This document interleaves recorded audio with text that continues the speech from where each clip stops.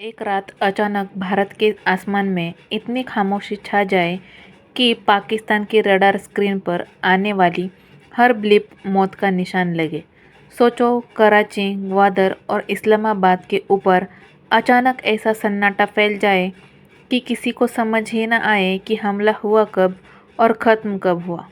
क्योंकि अगर भारत ने सिर्फ 48 घंटे भी खोले तो पाकिस्तान का पूरा सैन्य ढांचा मिनटों में धूल बन जाएगा।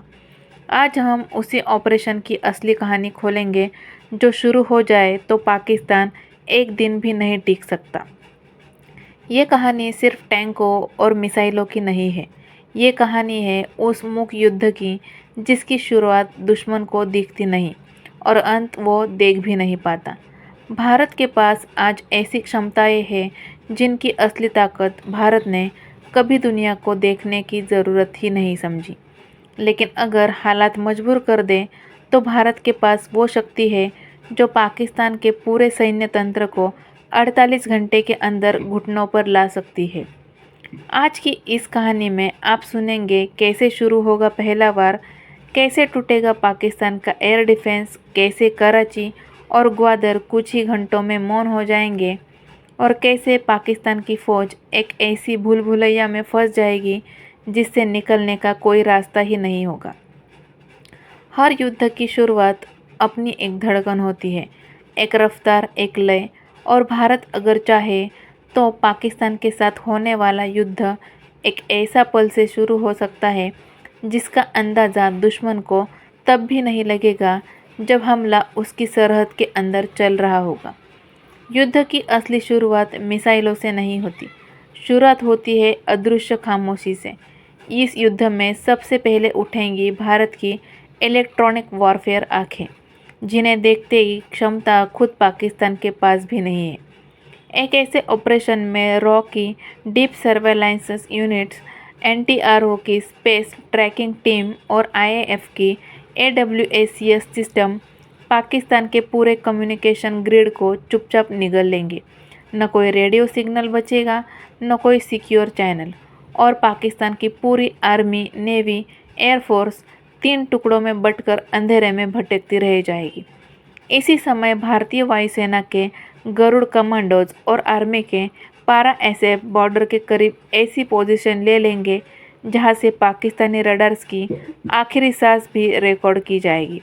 दुश्मन समझ नहीं पाएगा कि हमला कब होगा, लेकिन हमले की इनविजिबल काउंटडाउन पहले ही शुरू हो चुकी होंगी। युद्ध का पहला वार, असली वार गोली से नहीं, हवा से होता है। और भारत अगर चाहे तो पाकिस्तान की हवा सिर्फ कुछ ही घंटों में बंद हो सकती है। सबसे पहले उठेंगे भारत के सुखोई 30 MKI, अपने साथ ले जाते हुए ब्रह्मोस की वो आवाज़ जिसका जवाब पाकिस्तान के पास आज भी नहीं है। इन सुखोइस के पीछे उड़ान भरेंगे राफेल, जिनके पास मेटोर मिसाइल है, और मेटोर का नाम पाकिस्तान की पूरी एयरफोर्स का सबसे बड़ा सपना और सबसे बड़ा डर दोनों भी है। युद्ध शुरू होने के पहले ही घंटे में आईएएफ की डॉक्टराइन ये तय करती है कि पाकिस्तान की हवा को नो फ्लाई जोन में बदल देना है।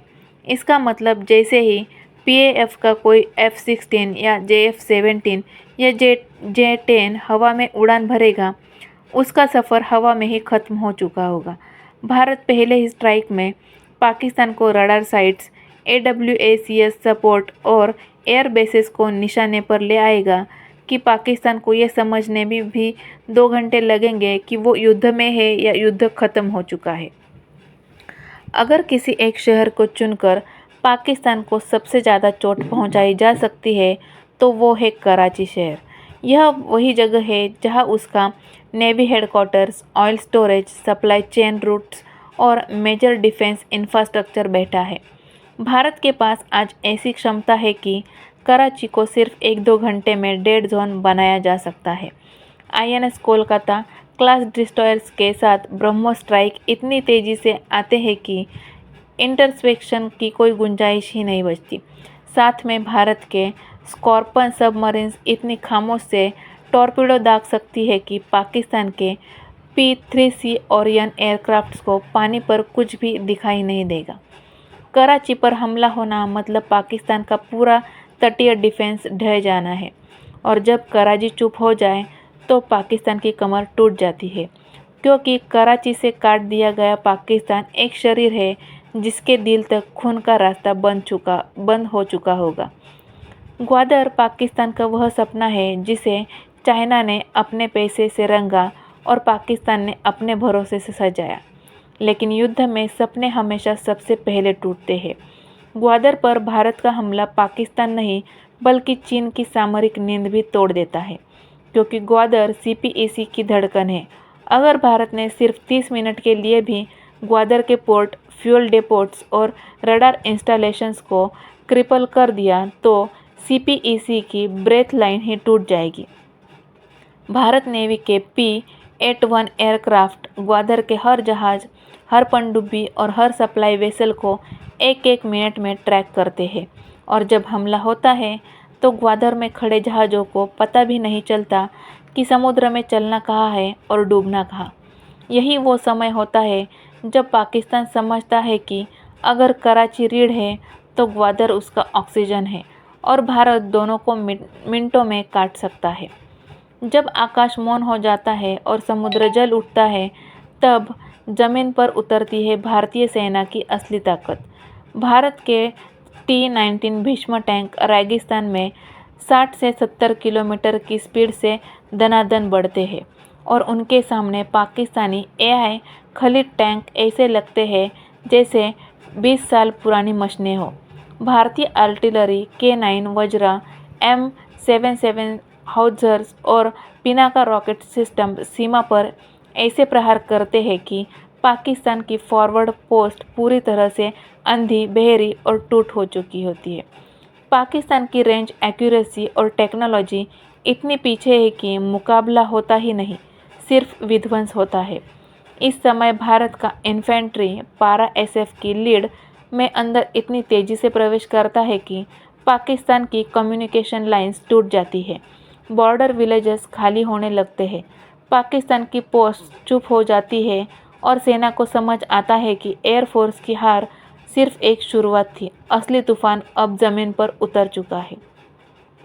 कहने को तो 48 घंटे एक सामान्य समय है, 2 सनराइज 2 सनसेट, लेकिन युद्ध में 48 घंटे का मतलब है किसी राष्ट्र के भाग्य का फैसला। जैसे ही भारत अपनी तीनों सेनाओं को ट्री स्ट्राइक को पूरा करता है, पाकिस्तान की सबसे बड़ी हार किसी शहर का पतन नहीं बल्कि उसके कमांड एंड कंट्रोल सिस्टम का खत्म होना है।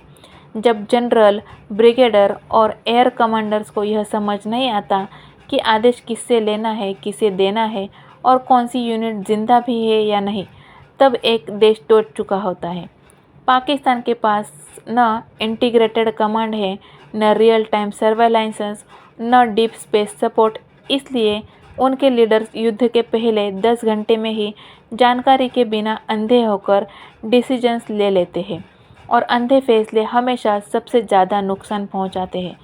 पाकिस्तान की सेना ने खुद ही अपने देश में अपने ही सैनिकों का रास्ता नहीं बता पाती है, और वही पल होता है जब भारत 48 घंटे में युद्ध को नॉट विन बट कंट्रोल कर चुका होता है। तो दोस्तों, आपको ये वीडियो कैसा लगा और आपको इस वीडियो के बारे में कुछ भी राय है तो वह हमें कमेंट करके बताइए और अपना ओपिनियन हमें बताइए। और अगर आपको ये वीडियो पसंद आया हो तो इस वीडियो को लाइक और ज़्यादा से ज़्यादा शेयर कर दीजिए, और ऐसे ही नए नए वीडियोस देखने के लिए हमारे चैनल फैक्ट वेद को अभी सब्सक्राइब कर लीजिए, ताकि आने वाला हर वीडियो आप तक पहुंच जाए। जय हिंद, जय भारत।